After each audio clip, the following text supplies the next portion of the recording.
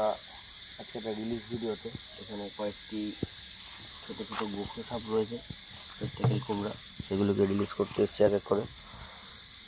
একটি medium size আর গোটা তিনের কাছে একদমই বেবি। ফার্স্টে মিডিয়ামটিকে রিলিজ করবো অনুসারে।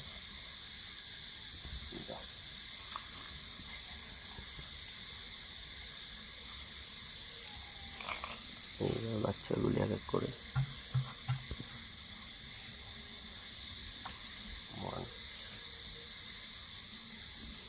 দেখিয়ে দিই লাইট। ছোট গ্রিড করা মুশকিল।